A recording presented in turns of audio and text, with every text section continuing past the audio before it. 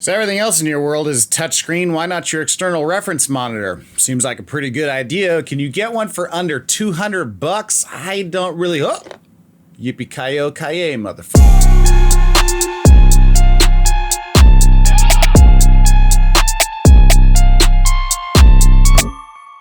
Internet, what's going on? Robert Teegarden here, back with another video. If you're new here, welcome. I post content on filmmaking tips in the business of being a creative. So if you like what you see here, go ahead and hit that subscribe button, ring the bell for post notifications. If you like it, give it a thumbs up, all those fun things. Hey, I'm always up for good, durable gear that doesn't cost me an arm and a leg. I've owned a bunch of Feelworld monitors and they don't fall short of that spec. They're cheap enough that I don't feel like I'm spending an arm and a leg, yet they're durable enough to hang out with my reckless ass shooting style and travel, and so I keep coming back. But I was often wondering, I don't really understand, why don't they have some type of touchscreen option? And I don't have to wonder anymore because we've got this bad boy right here. The Feelworld F5 Pro is a 5.5-inch 4K on-camera monitor that is completely touchscreen. It's packed with a ton of features, including a histogram, false colors, anamorphic mode, image flipping, image freeze, all the different stuff that you could possibly want. Let's take a deeper look into all these amazing specs out of this monitor, and I'll give you a little idea of what I think about this thing, what I like, what I don't like, all the differences. It's a typical Teegarden tech review. All right, we got the box here on the table. Now, I traditionally hate your standard unboxing video where I take individual pieces out of the box. I'd rather stab my eyes out with an ice pick, so let's try to do something a little like, okay, so this feels much better and obviously gets everything out on the table. Let's look at what we got. First thing on the top was all of these manuals and packing lists. So the thing that they say here inside is one monitor, one sunshade, one HDMI cable, one tilt arm, one disassembly wrench, and one manual. Cool, we got it. So again, here's the monitor itself. I actually put in a little FP2 battery, a low profile FP2, just to kind of sit it on there. You've got your buttons on the top. You've got your HDMI and DC in on the side. You got a quarter 20 there, got a quarter 20 there, got a quarter 20 there. Shake your derriere. Here's your headphone out and DC out. You've got your Type C, USB Type C inputs there. Super fresh, man. I haven't taken the little thing off, but I will. Don't worry about it. Here's your little Sunshade Mount. It goes on to two different places. Two mounts up here on the top and two on the side. I will demo that in just a little bit. Your mount's got a cold shoe adapter here, which is super fresh. You can also mount it via quarter 20 to a bunch of other things like your gimbal, side of a camera, disassembly wrench. Yeah, I don't really know what to tell you there. It's nice that they included an HDMI to a micro HDMI. I know that there are quite a few cameras that have that. Of course, now you can see the light in the monitor, but any hoodle. There's a lot of monitors and cameras that have this micro HDMI, but we continue to move into a direction where full HDMI is the way of the future, which is nice. This is just a prop, so is this, and so is that.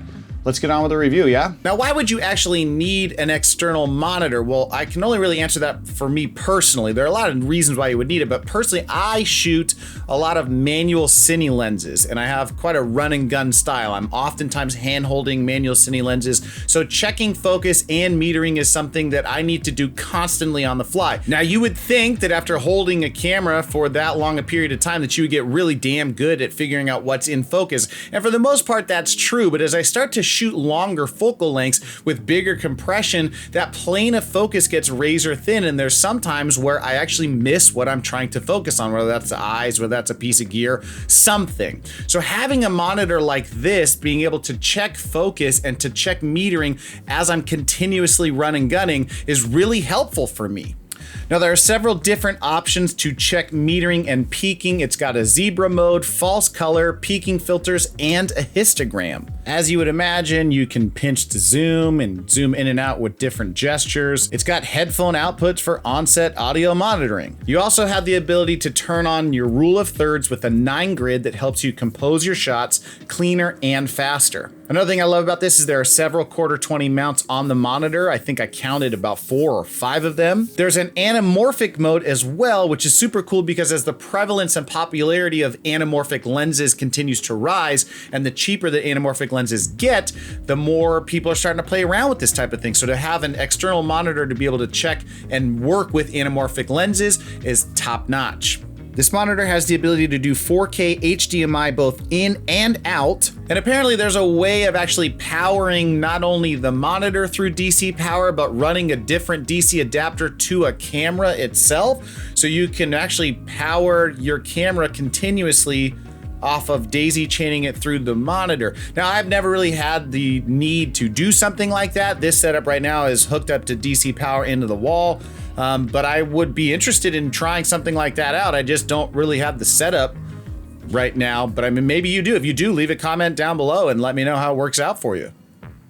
Another feature I use all of the time is the image flip feature, which is really useful. I'd never think that I would actually use something like this. But if I'm mounting the monitor in a non-native position, which I've been known to do, especially if I'm on a gimbal or I have to kind of mount it onto a weird external situation, I've kind of mounted upside down or sideways all the time. And the image flip feature is something that comes in really handy. I just literally, if I mount it upside down, I just flip it a couple times into its proper orientation and it all makes dollars and cents. Using the touchscreen on this monitor is really easy and it makes a lot of sense. You just simply hit the menu button on the top and it brings up all of the menu functions that you would need to scroll through if you're using buttons, but instead you get to swipe just like you would be used to natively and kind of click back and forth to turn things on and off. This is a super handy feature. I'm really glad that this is there. It kind of speeds up my workflow. Instead of clicking through a bunch of menus using buttons, I get to just kind of swipe through them like you would on a phone or a tablet or anything like that. This monitor can be powered by the standard Sony FP batteries. I have a ton of them. You should have a ton of them. If you don't, you definitely need to have a ton of them. I actually really like the smaller, lower profile batteries. It kind of helps in mounting these things onto the camera. I use a small rig, I forget, some type of monitor mounting system that kind of hits onto my cage. And so the smaller the battery, the less likely it is for that monitor to kind of fall down because it is kind of weighted heavily on the back end of the monitor itself. So I just like running with smaller, thinner profile batteries, and this one's no exception. Like I said, this thing is packed with a ton of different features. You've got a histogram, you've got peaking colors, you've got false colors, you've got zebra lines. You can set different colors for what's peaking, red, yellow, blue, however you want to do that. For $150 of what I purchased this thing for, there's really a lot of stuff that goes into these Feelworld monitors. I'm not really 100% sure how they pull this off. I think they make a lot of them, so economy of scale might be at play here, but I'm always really surprised at the quality I get out of these monitors for the price. It's a crazy value that you're actually receiving in that area. Now the monitor is made of plastic and you can kind of feel that it's not crazy durable. I don't really know many people that are going around cranking their monitors and trying to snap them in half. I'm pretty brutal on my gear and I've never had a problem with these things breaking, so if I can get through stuff with the way that I shoot, I'm pretty sure most people that actually take care of their equipment would do just fine with this type of stuff. So plastic doesn't really bother me, especially if it shaves $600-700 off the price tag. I'll take that concession. The other thing is that it seemed like the color representation on this monitor was not what I was seeing on the monitor on my camera. That's actually something that's fairly easy to fix. You can go down into the functions or settings menu and you can change your brightness and saturation, because I found that it was a little too dark and oversaturated. There was too much saturation on the image. So you can go through and kind of fix those things to make it as close to your actual monitor on camera as possible. With that being said, I don't think I would be using this as a color reference monitor in the field itself. I would really only be using a $150-200 monitor to be checking focus, making sure metering's cool, but I'm always referencing that against what's actually going on the monitor on camera as well. I'm not just solely relying on these external monitors. That's really the difference between a $200 monitor and something that's a lot more. You're really starting to get accurate color representation that you don't have to mess with out of the box. I'm pretty sure that if I calibrated this monitor that things would be a lot better. I just don't really care that much because I'm always coming in and making sure my referencing on camera is good. And then when I get into color correct, everything seems to be working out fine because I'm metering on camera. I'm just making sure that that's still in play and checking focus on the monitor itself. So really, it's not a deal breaker for me. I still think that it's a ton of value for 150 bucks. I just know what the limitations would be, and I play within those boundaries. Now, last thing I wanted to talk about is that it has this kind of like locking system. It's not a V-lock per se, but it's a way of attaching different attachments to it. And so they're advertising this as attaching a wireless transmitter on here. I've also seen that you can put a light on the back, like a smaller panel LED light that's on the back. You can attach a bunch of accessories to the back of this monitor. And there's also this 1/4 screw that's back here too that you can continue to kind of daisy different accessories out on this monitor as well. Really interesting stuff. Now, I don't actually shoot in a style like that or have had a need to do that, but it's interesting to know that I now have this capability, and you know, usually that tends to let my mind run wild with possibilities, and I tend to fill these types of gaps with gear and things in the near future. So who knows, maybe I'll buy something that kind of works with that adaptation, which is pretty interesting. With that being said, ladies and germs, this is another video in the can. If you liked the video, please like the damn video. And if you think that you have somebody that might have found value from it, consider sharing it.